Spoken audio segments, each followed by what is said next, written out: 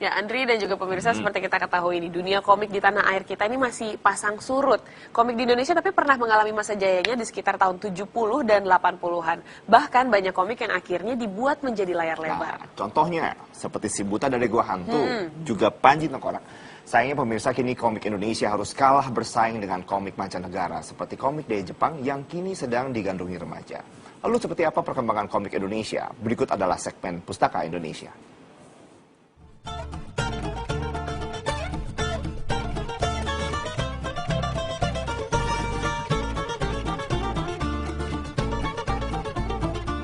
Banyak yang tahu jika komik-komik Indonesia sudah ada sejak zaman Belanda dulu. Dan sekarang komik-komik ini telah berkembang menjadi sebuah cerita serta tokoh dan karakter yang sesuai dengan sejarah, kebudayaan, maupun dunia politik di tanah air. Berikut Pustaka Indonesia.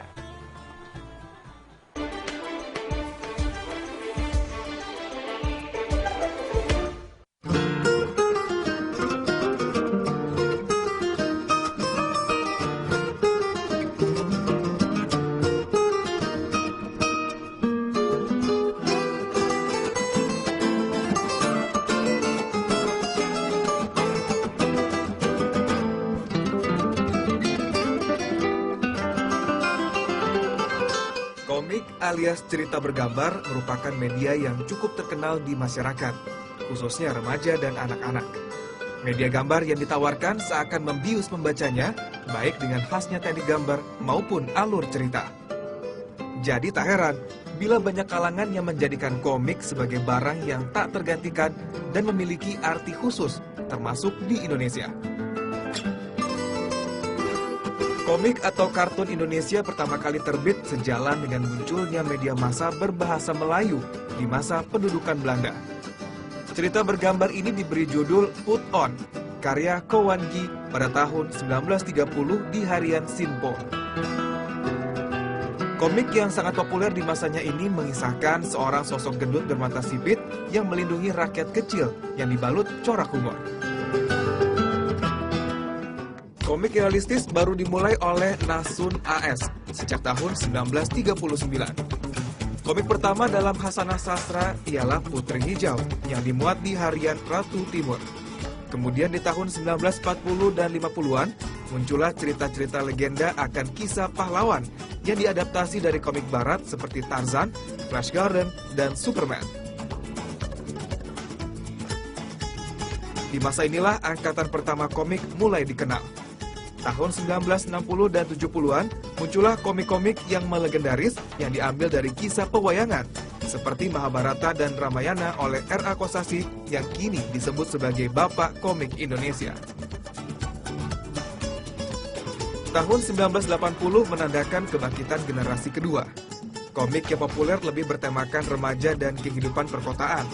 Yang populer di era ini komik-komik superhero seperti Panji Tengkorak, Gundala Putra Petir, Godam, serta Si Buta dari Gua Hantu. Bahkan beberapa komik diangkat ke layar lebar.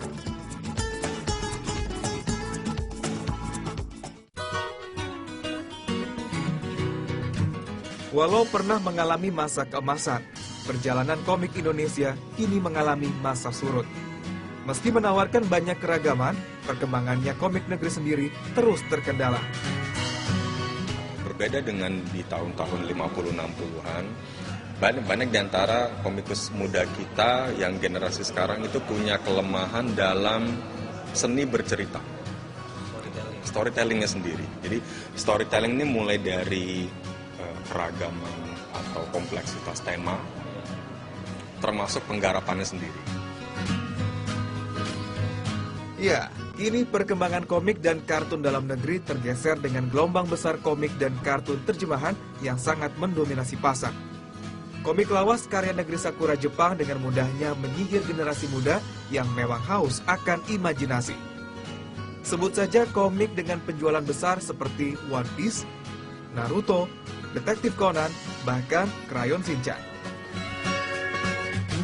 Kayaknya komik terjemahan, terutama dari Jepang di sini itu mulai pudar sih, mulai pudar.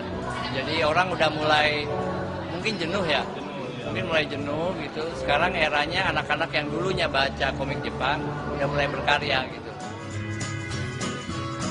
Tak hanya kalah bersaing dari sisi imajinasi dan kekhasan cerita, komik Indonesia bahkan bak terbuang dari negeri sendiri. Deretan komik-komik terjemahan mengisi dengan rapi tiap rak toko, sedangkan komik Indonesia hanya mengisi celah-celah sempit pajangan. Memang karena toko-toko itu belum memberikan ruang yang spesifik gitu loh untuk komik lokal. Tapi memang itu harus diperjuangkan gitu. Jadi komik kita banyak keselip, banyak display-display toko yang tidak menempatkan komik pada raknya gitu. Kalau sudah begini, pengenalan akan kualitas komikus maupun kartunis Indonesia semakin terganjal. Walau beberapa dikenal dan berhasil unjuk gigi seperti duo Benny and Mice dengan kartun stripnya yang menyentil permasalahan politik dan kesejahteraan, namun tak sedikit juga yang terpaksa tersingkir. Pertanyaannya, mungkinkah komik dan kartun Indonesia mampu mengulang zaman kemasannya dan mampu mengimbangi komik luar? Jawabannya, mungkin, bila didukung oleh banyak pihak.